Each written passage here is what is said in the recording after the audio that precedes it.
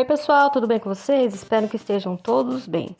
Pessoal, o pastor Sandro Rocha irá fazer um estudo bíblico no Evangelho de Mateus, capítulo 4, versículo do 1 ao 10. Este texto é um texto de vida do pastor Sandro Rocha, onde o pastor dará testemunho quando ele tomou a decisão de ser pastor, onde viveu tempos difíceis. Dará também um testemunho de uma senhora rica que tinha problema de coluna. Vejam este vídeo, tenho certeza que irá impactar vocês. E se gostarem, não se esqueça de se inscrever no nosso canal, compartilhar este vídeo, ativar o sininho de notificação e deixar o seu like para dar uma força aí para o nosso canal. E não deixe que quem não for inscrito do pastor Sandro Rocha que se inscrevam. Ele faz live de segunda a sexta a partir das 9h30 da manhã pelo YouTube, Facebook e o Twitter. O Twitter do pastor Sandro é Maurício Rocha 70. Tá bom, pessoal? Fiquem com Deus, Deus abençoe a todos e vamos pro vídeo. Tchau! A minha Bíblia diz assim, Mateus capítulo 4, verso de número 1, está escrito assim: Então foi conduzido Jesus pelo Espírito ao deserto para ser tentado pelo diabo. E tendo jejuado 40 dias e 40 noites, depois teve fome. E, chegando-se a ele, o tentador disse: Se tu és o Filho de Deus, manda que essas pedras se tornem pães. Ele, porém, respondendo, disse: Está escrito, nem só de pão viverá o homem, mas de toda a palavra que sai da boca de Deus. Então o diabo transportou a cidade santa e colocou-o sobre o pináculo do templo, e disse-lhe: Se tu és o Filho de Deus, lança-te daqui abaixo, porque está escrito: Aos seus anjos dará ordens a teu respeito, e tomar-te-ão nas mãos, para que nunca tropeces em alguma pedra. Disse-lhe Jesus: Também está escrito: Não tentarás o Senhor teu Deus. 8. Novamente o transportou o diabo a um monte muito alto e mostrou-lhe todos os reinos do mundo e a glória deles. E disse-lhe: Tudo isso te darei se prostrado me adorares. Então disse-lhe Jesus: Vai-te, Satanás, porque está escrito: Ao Senhor teu Deus adorarás e só a Ele servirás. Então o diabo o deixou e eis que chegaram os anjos e o serviram. Amém?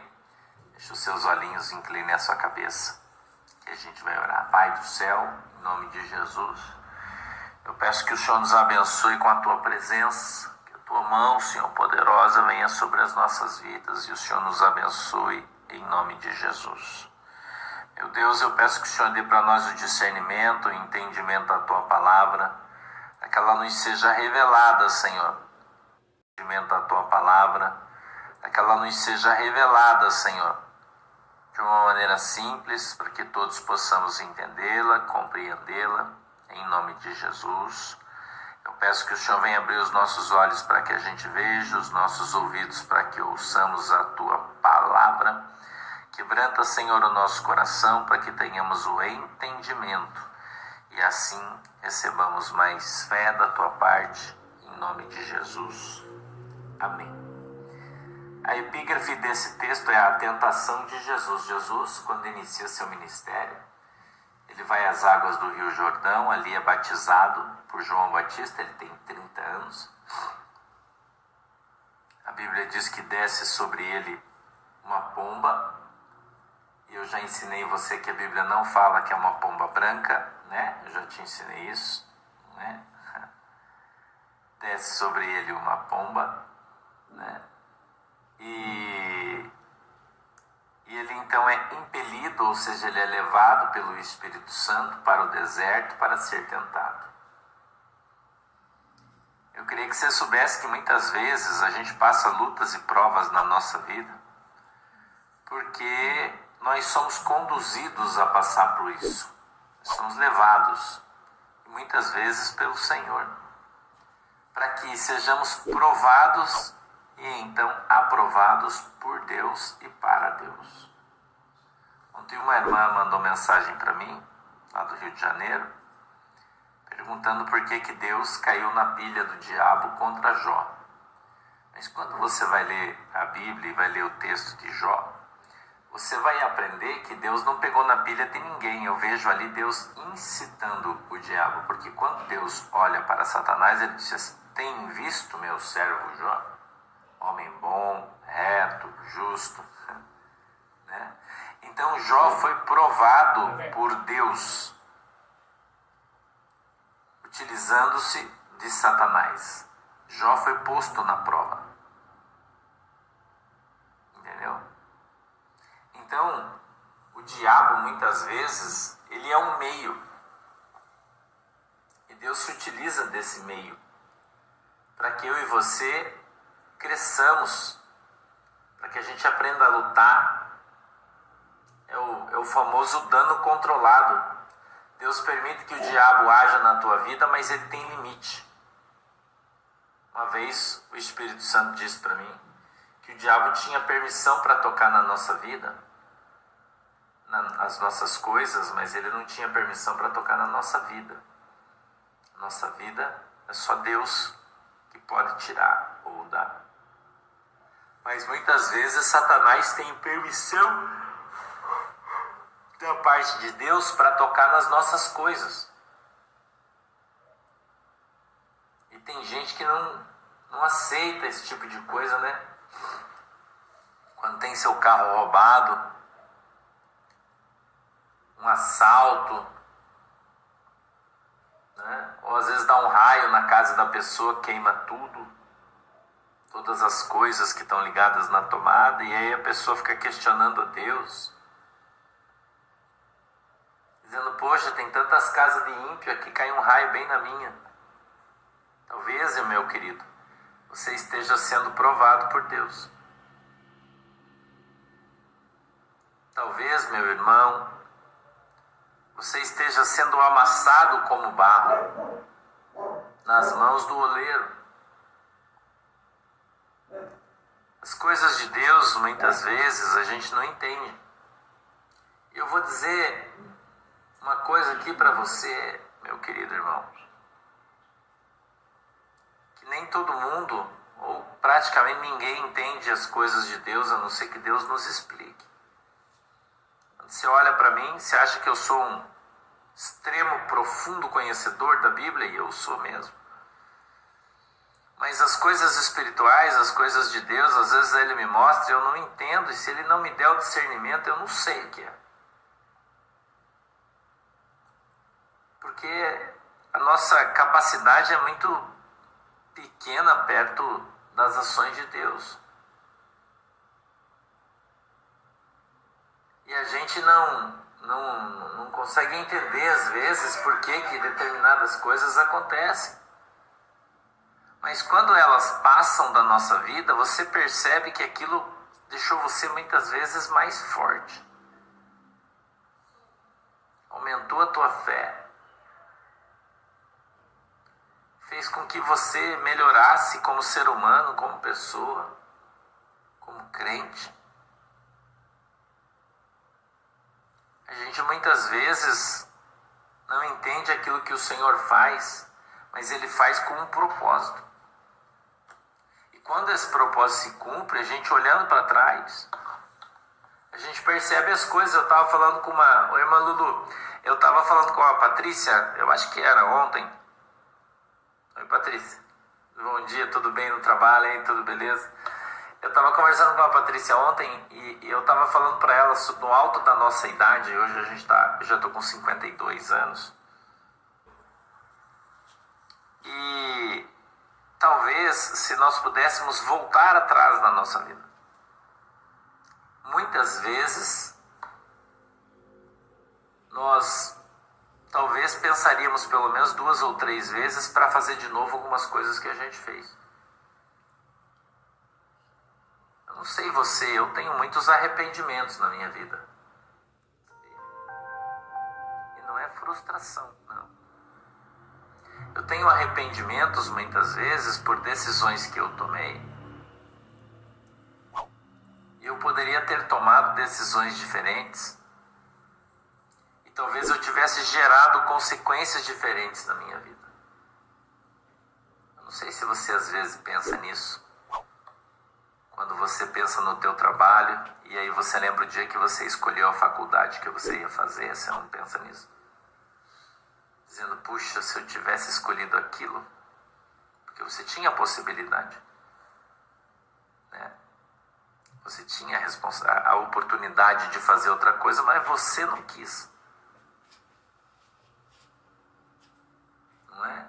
E não acha você, mas o pastor Sandro, um homem de Deus, cheio do Espírito Santo. Cara, eu sou igual a você. Às vezes eu penso na minha vida, eu penso lá atrás, nas coisas que eu fiz, nas atitudes que eu tomei, nas ações que eu tomei o peito e fiz. Talvez não devesse ter feito. Você entende o que eu estou falando para você? É disso que eu estou falando. Então, muitas vezes, nós tivemos oportunidade de fazer as coisas da maneira correta, mas a gente fez do jeito errado. Isso gerou uma consequência na nossa vida. Né? Isso gerou consequência na nossa vida, a gente paga por aquilo até hoje.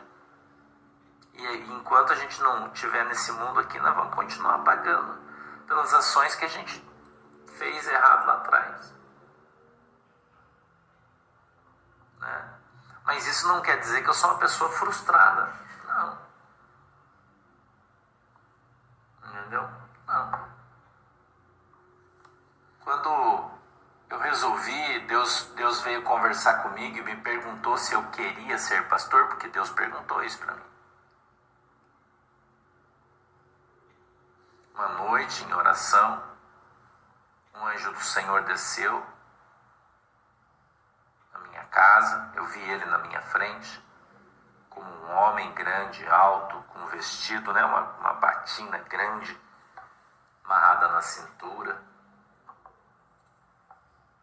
e ele com muitas chaves na mão, ele veio e disse para mim assim, escute isso, eu estou descendo a minha igreja na terra e quero que você vá cuidar dela. Você quer cuidar da minha igreja? Você quer ser pastor? Deus perguntou para mim.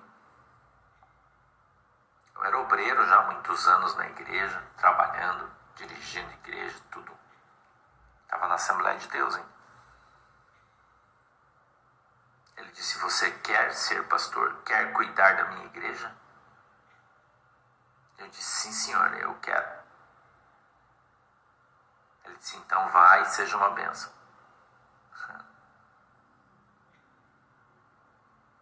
Entendeu? Então eu estou aqui porque eu quis estar. Queria que você entendesse isso. Eu estou aqui hoje porque eu quis estar. Eu me lembro quando meu irmão, nesse período, o meu irmão, pastor Cunha, né? Ele é advogado. E eu trabalhei com grandes delegados, né? Que foram depois advogados criminalistas muito bons.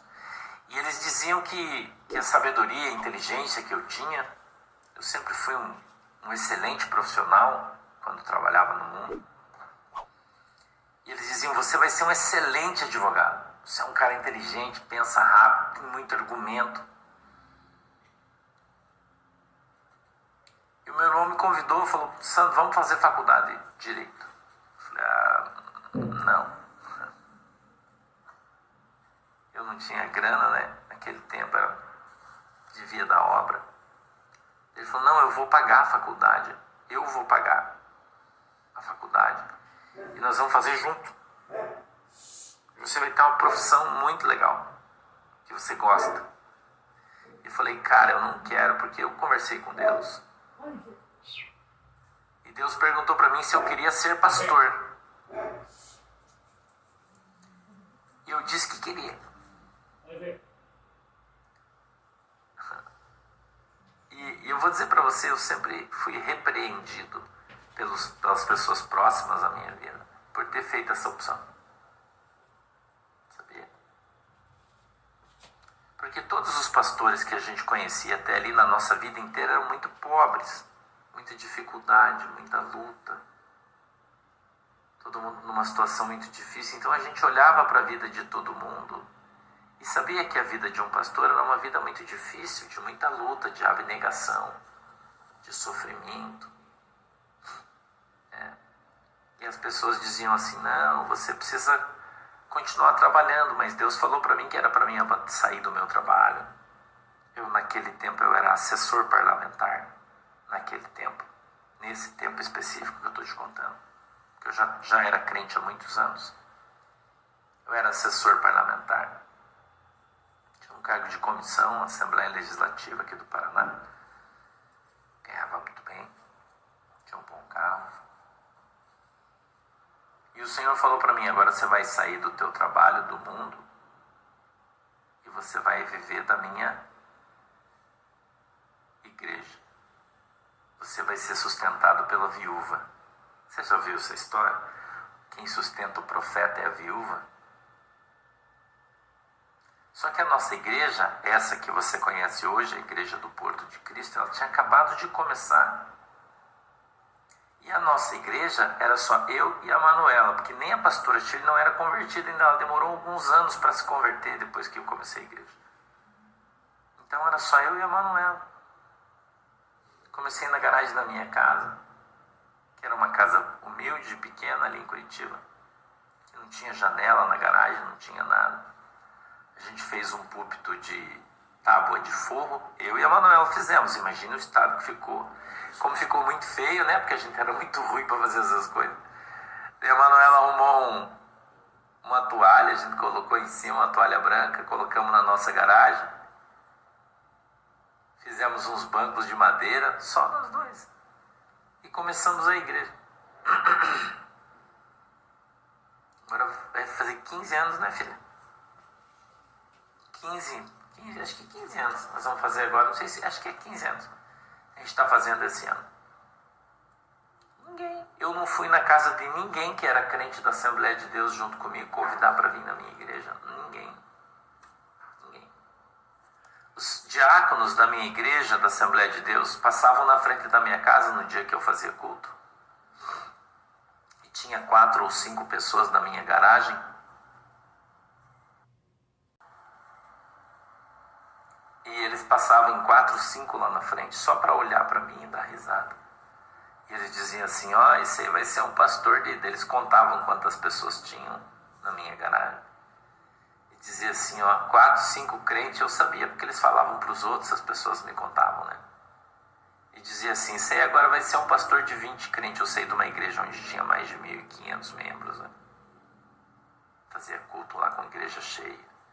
Mas eu nunca olhei para isso, irmão. Quando Deus mandou eu saí. E aí Deus falou para mim, agora você vai sair do teu trabalho e nunca mais você vai trabalhar para o homem, agora você vai trabalhar para mim. Agora você vai viver da viúva. Eu vou dizer para você, naquele tempo eu devia ganhar. Eu não me lembro.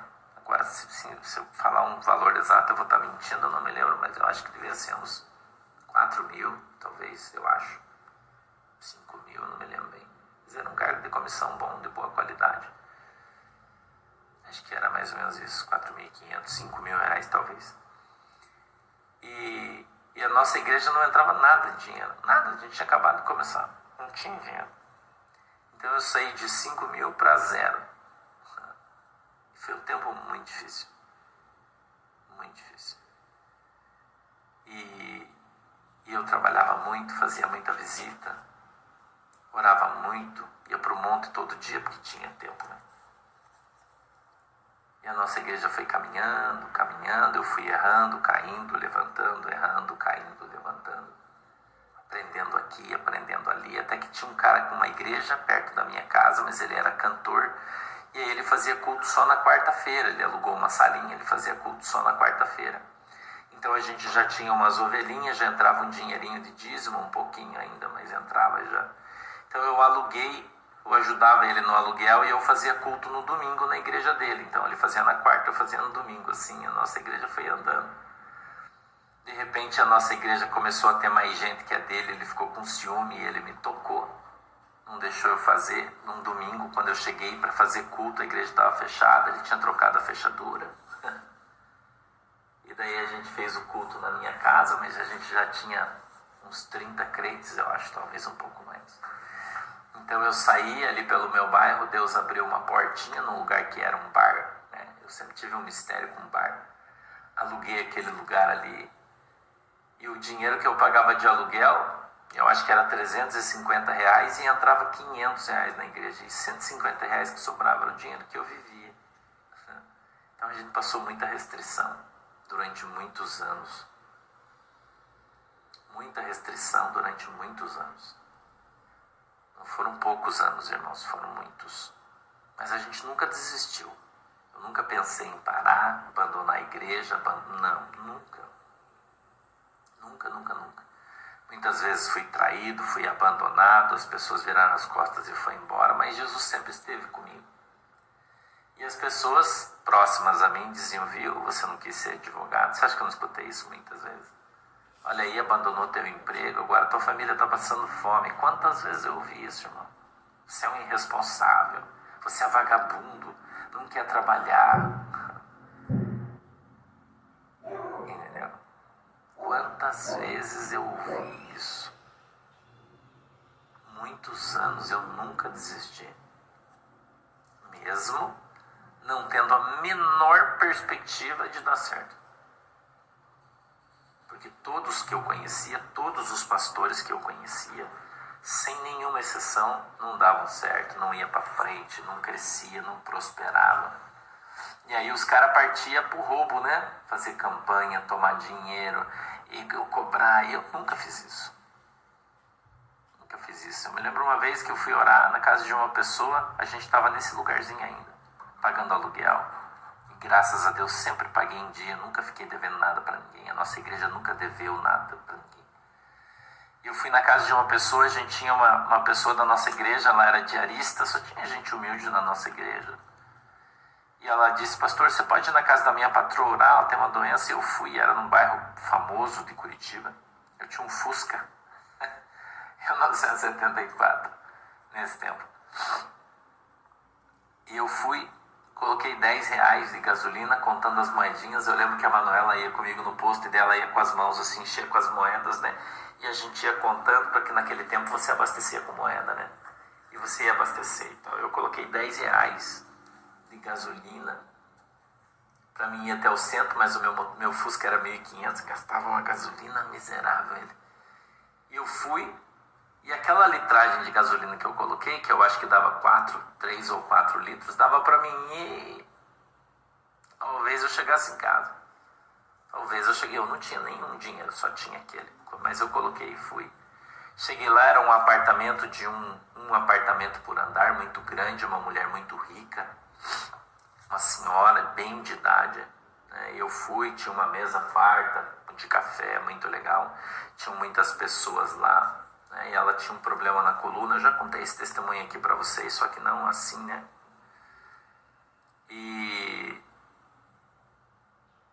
E ela tinha um problema na coluna, já tinha ido para os Estados Unidos, para a Europa, para fazer tratamento e não curava, ela andava arcada, né? Arcada, assim. E ela, quando eu cheguei lá, tinha um monte de pessoas da idade dela, todos bem idosos, assim, de cabelo branquinho. Eles jogavam baralho, todo mundo na casa, devia ter umas 20 pessoas lá, mais ou menos, na sala, muita gente. Todos da Igreja Batista, ali da Avenida Batel, tem uma Igreja Batista ali, muito grande, né? Muito grande, gigantesca. E eles eram todos membros ali daquela igreja, e eu entrei e conversei. E ela falou para mim que tinha aquele problema na coluna. Eu disse, não, tá bom, eu vou orar pela senhora então e vou embora. Ela disse, não, eu fiz um café aqui pro pastor e tal, e todo mundo ficou olhando, né? E aí eu olhei para ela e disse, olha, a senhora não tem doença nenhuma na sua coluna, o que a senhora tem é um demônio na sua vida, de uma obra de bruxaria que alguém fez.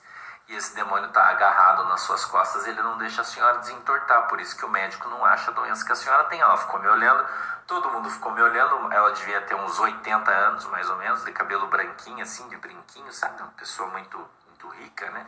Cheirinho de talco, né? Que aquelas vovozinhas têm cheirinho de talco. Eu já tô ficando velho, tô ficando com cheirinho de talco já também, né?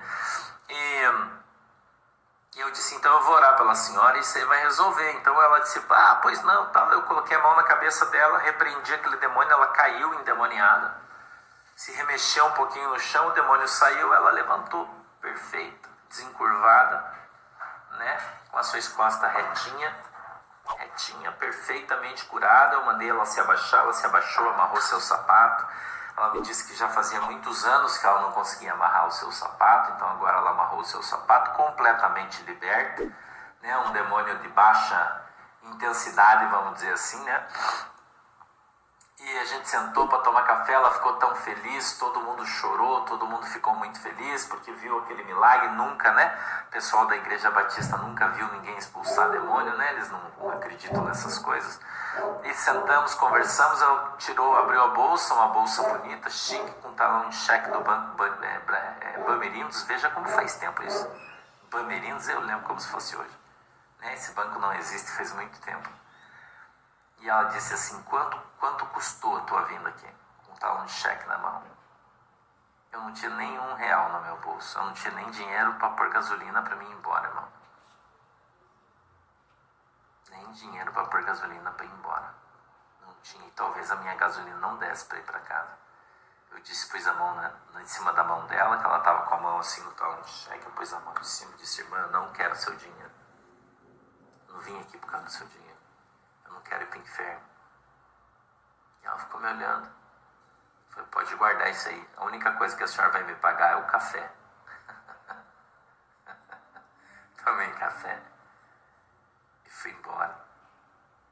E quando eu cheguei no meu carro, no meu Fusca, um Fusca cereja, vermelho escuro, 1974, eu acho que era meu Fusca, não me lembro, 1500. Eu pus a mão em cima do tanque de gasolina e disse, Deus, eu acho que essa gasolina não vai dar para mim chegar em casa. Mas eu estou fazendo tua obra. E o Senhor é o meu provedor. E eu creio que o Senhor vai multiplicar essa gasolina. Para que eu chegue na minha casa e não fique na rua. E fui embora, liguei o carro e fui embora. E cheguei em casa e entrei na minha garagem e guardei o carro. E essa é a história da minha vida. Entendeu? Essa é a história da minha vida. Minha vida sempre foi assim. Muita dificuldade, com muita luta. Mas eu nunca me desviei. Então, quando eu vejo esse texto aqui, eu vejo um texto que fala sobre a minha vida. Eu vejo um texto que fala sobre a sua vida. Nós, que somos honestos, que não nos corrompemos, que não trocamos o nosso ministério por algumas moedas de prata, como muitos fizeram por aí. Entendeu? Um dia, Deus vai honrar você. Um dia, Deus Ele vai lembrar de tudo que você passou, de tudo que você falou, de tudo que você fez. E por mais que nós nos arrependamos de algumas coisas que aconteceram na nossa vida, nós nos arrependamos de algumas coisas que a gente tenha feito errado, ainda assim, quando você coloca na balança, a gente acertou muito mais do que errou. Eu queria falar isso para você. Eu tenho certeza que você acertou muito mais do que você errou. E você não pode permitir que os erros que você cometeu na tua vida conduzam a tua história. Você entende isso? Eu estou contando para você porque eu quero que você, hoje quando você me vê, e você me vê com um carro grande, bonito, novo, né, com uma boa roupa, com um bom relógio, podendo fazer o que eu quiser, você não sabe de onde eu vim, o que eu vivi, o que eu passei. Você não sabe. Então eu estou te contando. Porque eu quero que você entenda que apesar de tudo, eu cometi muitos erros, irmão. Eu errei muitas vezes, eu fiz escolhas erradas, eu falei coisas que eu não devia, eu fiz coisas que eu não devia, mas essas coisas ficaram para trás. Os meus erros, os meus acertos fizeram eu ser quem eu sou hoje. Você é esse conjunto de ações, de emoções, de sentimentos, de decisões que formam, que fazem ser você quem você é. E nós, na nossa essência, nós somos boas pessoas, irmãos. Nós somos honestos, trabalhadores, falamos a verdade. Temos honra, não devemos nada para ninguém. Eu não devo nada para ninguém, irmão, nada. Jamais alguém vai vir aqui e vai dizer, o pastor Sandro me deve. Mentira, eu não devo nada para ninguém. Porque eu nunca deixei rabo para trás. Entendeu? Então, talvez nós tenhamos muitas cicatrizes no nosso corpo, né? Hoje eu estou filosofando. Talvez nós tenhamos muitas cicatrizes no nosso corpo, mas essas cicatrizes simbolizam as lutas que nós tivemos. Quem não tem cicatriz não tem luta. Quem não teve luta não tem história para contar. Nós temos muita história para contar. Porque nós tivemos muitas lutas. Não foi fácil chegar aqui. Entendeu? Não foi fácil, irmão. A gente não foi ali na faculdade ou no correio, fez um cursinho de teologia de 3 anos, viramos pastor, abrimos uma igreja e estamos aqui dando glória a Deus. Não, senhor. Eu tenho raiz, eu tenho CPF, eu tenho RG. Os testemunhos que eu te conto são os meus testemunhos, são a minha vida. São as coisas pelas quais eu passei, eu vivi. Então eu quero que você entenda que quando Jesus fala que ele foi impelido pelo Espírito Santo e foi levado ao deserto, e ali no deserto ele foi tentado por Satanás através das coisas desse mundo. Entendeu? E Jesus venceu o diabo. Deserto é um momento de aflição. Jesus venceu o diabo no momento de aflição. Jesus venceu o diabo no momento do pouco. Quem nunca teve um momento do pouco, irmão? Hoje eu tenho muito, mas eu já não tive nada. E quando eu não tinha nada, eu era exatamente igual ao que eu sou hoje quando eu tenho muito. Eu queria que você entenda isso. Entendesse isso. As coisas não podem mudar você. É você que tem que mudar as coisas. O mundo não pode mudar você. É você que tem que mudar o mundo ao seu redor. Hoje, todas aquelas pessoas que falaram, que me criticaram, que me bateram, eles são crentes. São crentes. Estão em Cristo e eles olham para mim e falam, meu Deus, Sandro, lembra daquele tempo? Lembro, claro que eu lembro, eu vivi aquilo doeu no meu couro, é óbvio que eu lembro. É óbvio que eu lembro. Então eu não faço tipo, queria que você entendesse isso, eu sou exatamente quem eu sou e se você gosta, gosta, se você não gosta, que se dane, é assim que eu sou, cara. É assim que eu sou. Gostou, que se dane, eu tô andando, irmão. Muita gente fica chateado, fica bravo. Mas cara, eu sou assim, eu não sou um cara Nutella criado dentro de uma faculdade. Não. Eu fui criado nas favelas, pregando o evangelho no meio de traficante, de bandido, de prostituta, de travesti, fazendo culto nas BRs. No sábado de madrugada, servindo sopa para alcançar travesti, prostituta, expulsando o demônio, levando tiro de bandido. Eu fui criado assim, irmão. Eu não fui desmamado com garapa. Entendeu? Eu não fui, irmão. Enfrentando todo mundo por causa de Jesus. Eu vou contar os testemunhos aqui que eu tenho para você, certo? Você vai ficar de cara de ver as coisas que eu já vivi. Com uma Bíblia na mão, com uma gravatinha ganha de presente, uma camisa velha, um sapato furado. Então eu olho para as pessoas e eu acho que tem muita gente chorando de barriga cheia, irmão. Entendeu?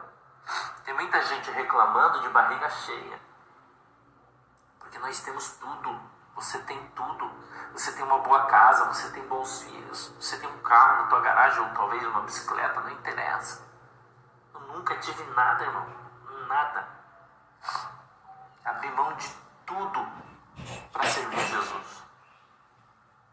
Tudo. Entendeu? E as pessoas às vezes olham para mim e dizem, nossa, pastor, mas você é rico.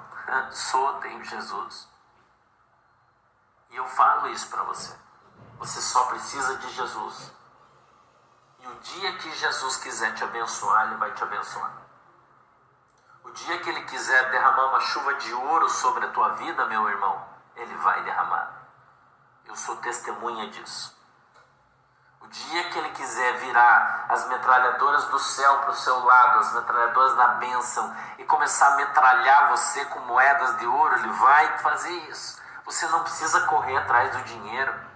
Você não precisa se corromper, você não precisa vender o seu ministério, cobrar para pregar, fazer campanha de prosperidade na sua igreja para ter dinheiro. Você não precisa de nada disso. Você precisa ter Jesus, você precisa perseverar, você precisa não desistir, não dar um passo atrás, manter o teu caráter cristão, ser honesto, falar a verdade, e você vai ser como eu, vai andar de cabeça erguida. Como eu. Antes da campanha política, veio um político de alta estirpe na minha casa. Alta estirpe.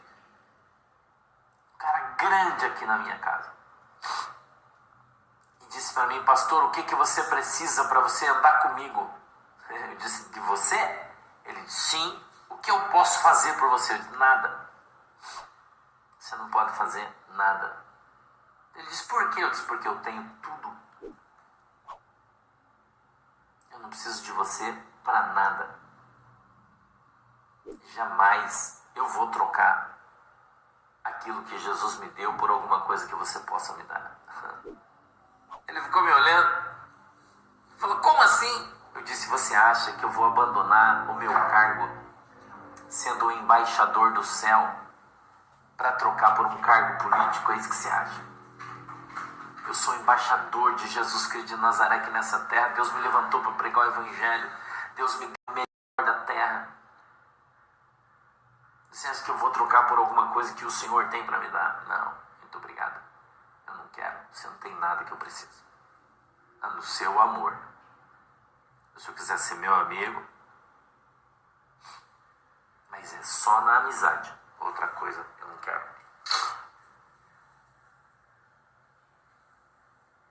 Você precisa de Jesus. Talvez você ainda esteja vivendo tempo de deserto. Talvez você ainda esteja vivendo o teu tempo do pouco. Eu sei que tem muitos pastores aqui me ouvindo. Oi, Fernando. Tem muitos evangelistas, presbíteros, obreiros, pregadores do Evangelho. Eu sei disso. Muitos de vocês vão me ouvir. E vocês, quando olham para o pastor Sandro, vocês não veem um homem de sucesso. Né? Você vê um cara que perseverou, que lutou, que apanhou muito, que levou muita porrada. É isso que você vai ver. Mas nunca desistiu. Nunca parou de orar, de crer na promessa, de acreditar que Deus é poderoso para cumprir aquilo que Ele fala, que Ele não é homem para que minta, nem filho do homem para que prometa alguma coisa que Ele não possa cumprir. Eu sou testemunha disso aqui para você. Quando você olhar para mim, olha para as minhas cicatrizes, para as minhas marcas, e você vai saber quantas batalhas eu já lutei, irmão. Que eu não fui desmamado com garapa, que eu não estou aqui por causa de favor dos outros. Tem muita gente tentando me copiar, mas não consegue. Tem muita gente falando mal de mim, se levantando. Mas é a opção de cada um. É a opção de cada um. Eu sempre falei isso. Quem põe comida na minha mesa é Jesus. Porque eu trabalho para Jesus. Eu não trabalho para você, nem para ninguém. Por isso eu não preciso pedir o teu dinheiro, tomar o teu dinheiro. Querer o que é teu, eu não preciso. Porque o que é meu, Jesus me dá. E eu quero que você aprenda isso. Você não precisa derrubar ninguém para você subir. Você não precisa pisar em ninguém para você subir. Você não precisa disso. Você precisa ser fiel a Deus. Você precisa confiar em Deus. Você precisa ter essa confiança de que quem está levando você é o Espírito Santo de Deus. Quem está levando você, quem está me levando é o Espírito Santo de Deus. Nós temos que ter essa convicção de fé. E quando a gente tem essa convicção de fé, nós temos confiança.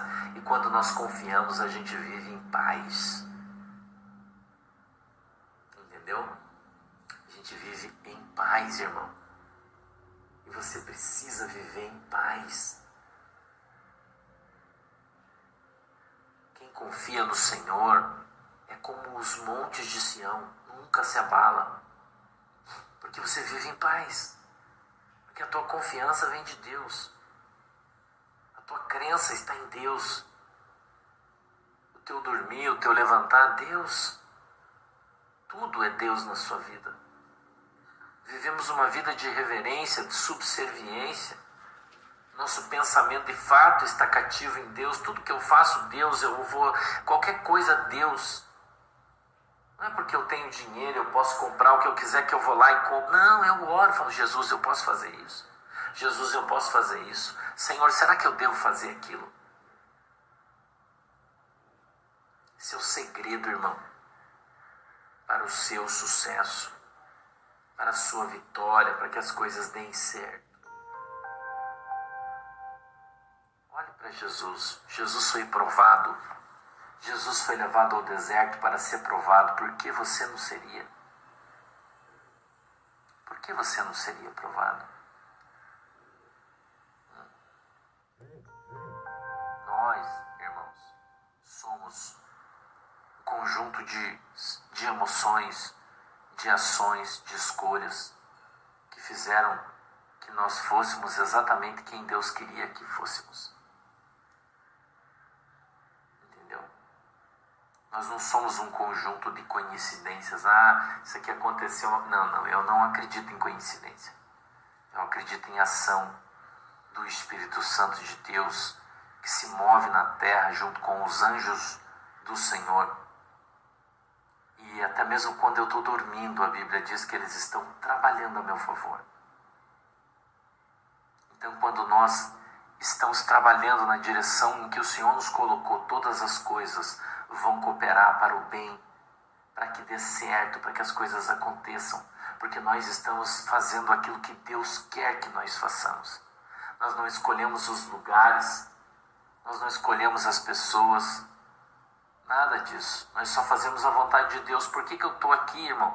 Porque Deus falou para mim, pega teu telefone. No primeiro dia que eu comecei, que eu vim para a internet, eu nem sabia usar Facebook, nem nada, sempre fui um analfabeto digital, e sou até hoje. Eu melhorei um pouquinho. Ele falou, liga teu telefone, abre o Facebook, coloca no ao vivo. Eu nem sabia, ele foi falando, eu coloquei. Ele disse, agora pega o evangelho, prega uma palavra, canta 2 hinos e fica aí das 2 até as 3 da tarde. Era uma segunda-feira. E olha onde eu cheguei. Olha onde eu estou, irmão. Olha aí onde eu estou. 4 anos depois. Olha onde a gente está. Temos a maior igreja da internet, o maior culto de oração, o maior culto de ensino, a maior live de política do país. Deus deu para nós. Eu sou um Zé Ruela, nunca fiz isso. Por que eu estou aqui, irmão? Porque Deus me colocou para falar isso para vocês. Tem grandes igrejas aí se levantando contra a minha vida, sabia? Grandes igrejas, grandes ministérios preocupados. Eu tenho recebido recados aí, reuniões pastorais de grandes ministérios aí, preocupados comigo, com o que eu falo, porque o que eu falo vai contra a doutrina deles. Que eu estou abrindo os olhos do povo. Essa semana eu recebi recados aí. Uma grande convenção aí de uma grande igreja, os caras falando de mim. Que tem que orar para eu parar, porque eu estou desviando o povo. Eu estou ensinando você que cortar o cabelo não é pecado, que usar a calça não é pecado. Que você não tem que ficar dando dinheiro para todo mundo, que os caras estão te roubando. Eu recebi um recado essa semana aí de uma pessoa importante. Uma grande igreja, você não tem noção. Então, quando a gente começa a incomodar o inferno, irmão, é porque nós estamos agradando a Deus. Quando você estiver incomodando o inferno, você vai estar agradando a Deus. Entenda e aprenda. Deus levantou você, irmão, Deus vai te honrar. Se foi Deus que chamou você no teu ministério, Deus vai te honrar. Foi Deus de fato que mandou você viver da obra, você sair. Se foi Deus mesmo, irmão, Ele vai te honrar. Você não vai precisar pedir nada para ninguém. Você ora e Deus dá para você. Entendeu? Aprende isso com o pastor.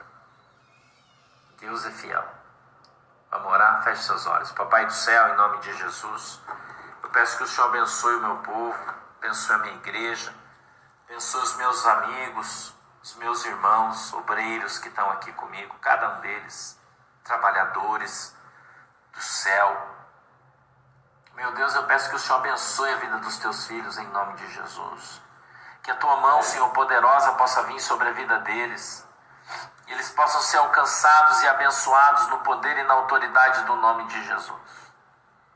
Senhor, eu te peço que o Senhor possa dar entendimento para o teu povo, para que eles possam conhecer a tua palavra, conhecer de fato o que é a sua igreja, o seu evangelho, a sã doutrina, para que eles não sejam enganados por esses lobos dispersos pela nossa nação, despedaçados como muitos têm sido, mas que eles sejam amados, cuidados, abençoados, cresçam na graça, no conhecimento, para que nós possamos formar uma igreja saudável, sadia, forte, com bons obreiros, bons profetas, bons presbíteros, bons diáconos, bons pastores e pastoras, evangelistas, missionários, homens, Senhor, com caráter cristão, que falem a verdade, que preguem o evangelho de verdade, em nome de Jesus, meu Deus. Que o Senhor possa cuidar de todos os irmãos que fazem a tua obra, que o Senhor os abençoe, cuida deles, Jesus. Aqueles que têm sido levados, impelidos pelo teu Espírito para o deserto, para que ali sejam provados, meu Deus, para que eles sejam aprovados, Pai, em nome de Jesus, abençoa a vida deles. Abençoa, Senhor, cada um deles, cuida do seu coração, cuida da sua alma, dos seus sentimentos. Não permita, Senhor, que eles sejam peneirados pelo diabo, que eles venham cair, que eles venham voltar atrás, não. Que eles possam permanecer firmes na posição em que o Senhor os colocou, que a sua fé possa ser aumentada nesse dia, que eles possam ser fortalecidos no dia chamado hoje. Que eles andem, meu Deus, na tua presença e sejam uma bênção em nome de Jesus Cristo. Que o Senhor possa enchê-los de fé, de esperança, para que eles continuem caminhando na tua presença e sendo uma bênção em nome do Pai, do Filho e do Espírito Santo.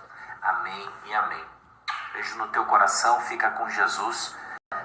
Beijo para vocês, Deus abençoe, tchau.